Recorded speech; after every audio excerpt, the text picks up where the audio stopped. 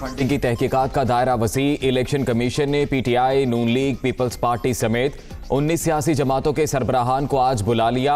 2014 से 2018 तक के बैंक अकाउंट्स की छानबीन की जाएगी।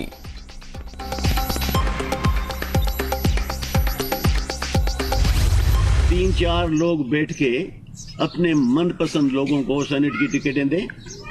अब तो ये देखें, ये अबड़ो जो है उसके लिए मैं बात नहीं करना चाहता, वो इस काबिल नहीं है कि मैं इसका जिक्र भी करूं। 35 करोड़ में ये टिकट बिका है। 6 महीने पहले वो पार्टी में आया, तो किस बुनियाद पे, किस मेरिट पे टिकट दी गई? पीटीआई ने सेनेट इलेक्शन के लिए सैफुल्ला अबड़ो को 35 करोड़ में टिकट फरोख्त किया। लियाकत जतोई का दावा, साबिक वजीर आला सिंध की अपनी ही पार्टी पर इल्जाम तराशी, रास्ते अलग करने की वार्निंग। सैफुल्ला अबड़ो ने इल्जामात बेबुनियाद करार दे दिए, कानूनी कार्रवाई का भी ऐलान। सेनेट इलेक्शन ओपन बैलेट से कराने का सदारती रेफरेंस। चीफ जस्टिस गुलजार अहमद की सरबराही में सुप्रीम कोर्ट का 5 रुकनी लार्जर बेंच आज फिर समाअत करेगा। पाकिस्तान बार और सिंध बार काउंसिल को दलाइल मुकम्मल करने की हिदायत।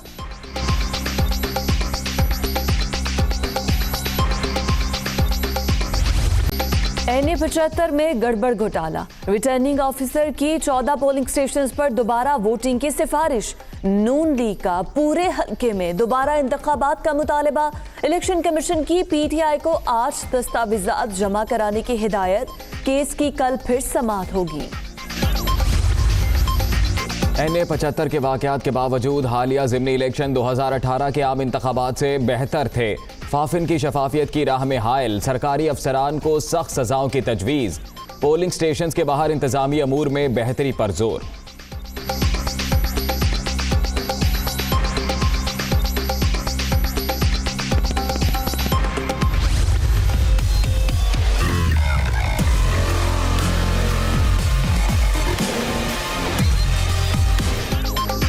पाकिस्तान और श्रीलंका आज़ादाना तिजारती फ्रेमवर्क को हतमी शक्ल देने पर मुत्तफिक।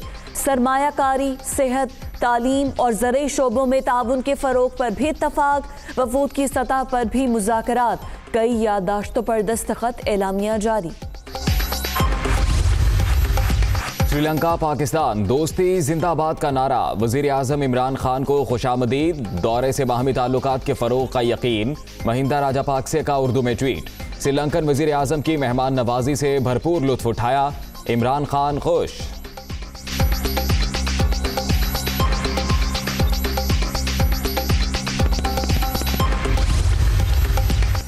बच्चों को जिस्मानी सजाओं की मुमानियत। कौमी असम्बली ने बिल की मंजूरी दे दी। इत्तलाक इस्लामाबाद की हद तक होगा। हुकूमत ने बड़े दिल का मुजाहिरा किया। ऑपोजिशन ने भी बिल की हिमायत की। शहजाद रॉय बिल की मंजूरी पर सबके शुक्रगुजार। कोरोना से मजीद 50 अफराद जिंदगी की बाजी हार गए। अब तक 12,708 अमवात। 24 घंटे में 1,196 नए मरीज। मोहलिक वायरस से 5,74,580 शहरी मुतासिर। 23,665 एक्टिव केसेस।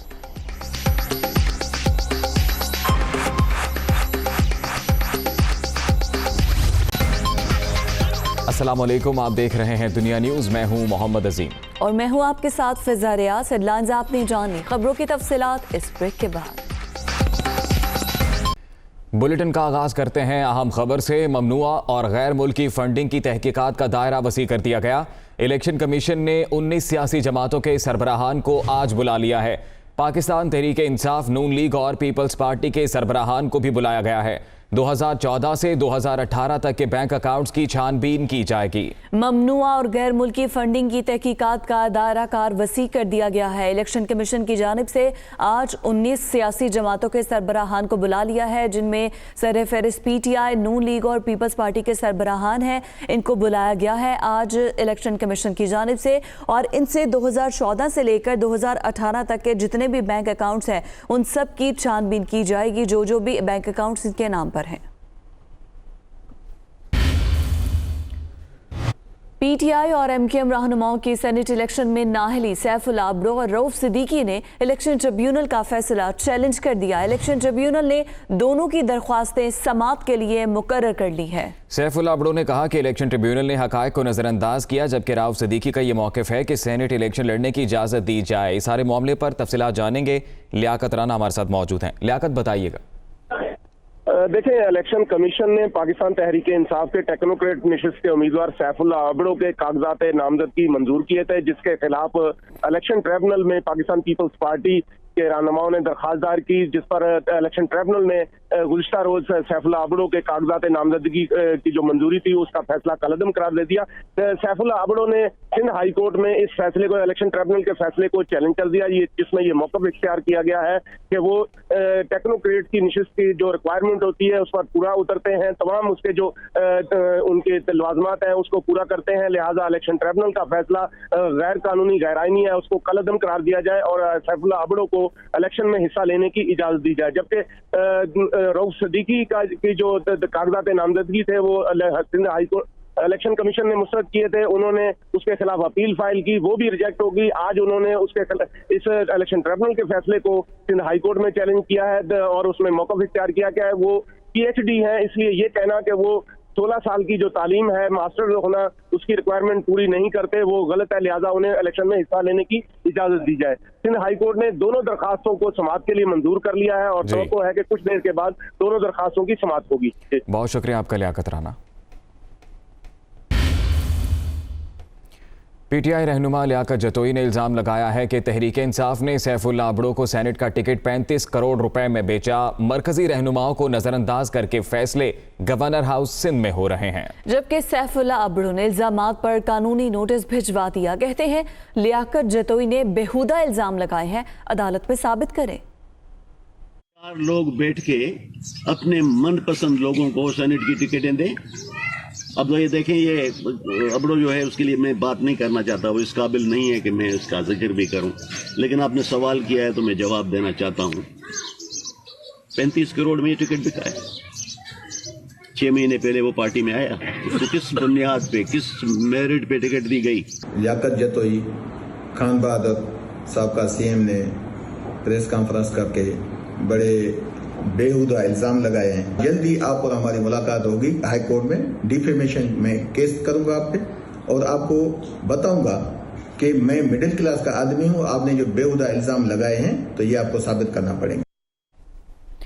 और फाफिर ने मुल्क भर में होने वाले ज़िमनी इंतखाबात से मुतालिक अपनी रिपोर्ट जारी कर दी है। इस रिपोर्ट में कहा गया है कि NA-75 के वाक़यात के बावजूद हालिया ज़िमनी इंतखाबात 2018 के आम इंतखाबात से बेहतर थे। शफाफ इंतखाबात की राह में हायल सरकारी अफसरान को जुर्माने और सख्त सजाएं दी जाएं।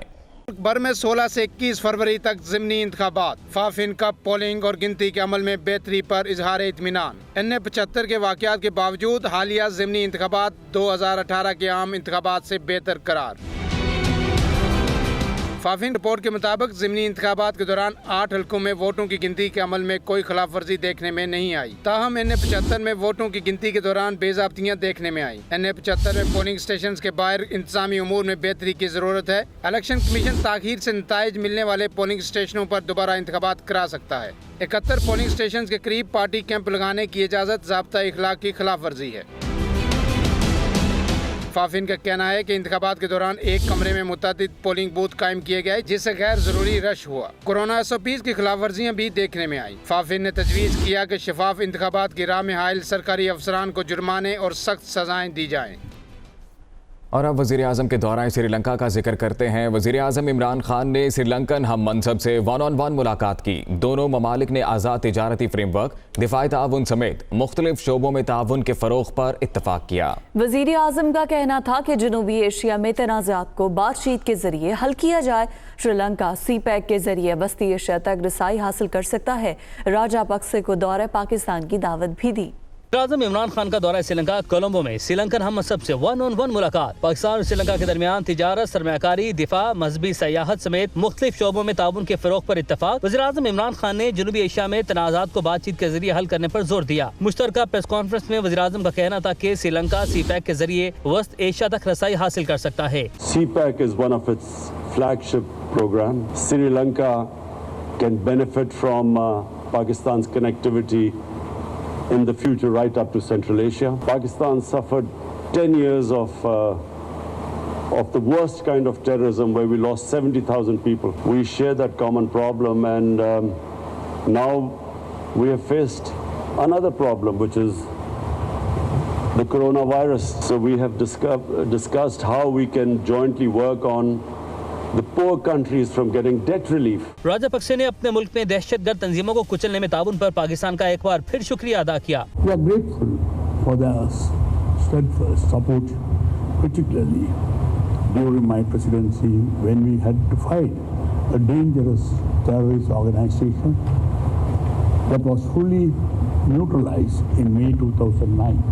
पाकिस्तान और श्रीलंका के दरमियान वफूद के सतह पर मुज़ाकरात हुए। मुश्तरका एलामिया के मुताबिक अफ्रीका ने इलाके ताउन के लिए सार्क की अहमियत पर इत्तफाक किया। वज़ीर-ए-आज़म इमरान खान ने राजापक्से को दौरा पाकिस्तान की दावत दी। इससे पहले वज़ीर-ए-आज़म इमरान खान का कोलंबो एयरपोर्ट पर श्रीलंकन हमसब ने पुरतपाक इस्तकबाल किया। बच्चों ने फूल पेश किए। मोअज़्ज़िज़ मेहमान को 21 तोपों की सलामी दी गई।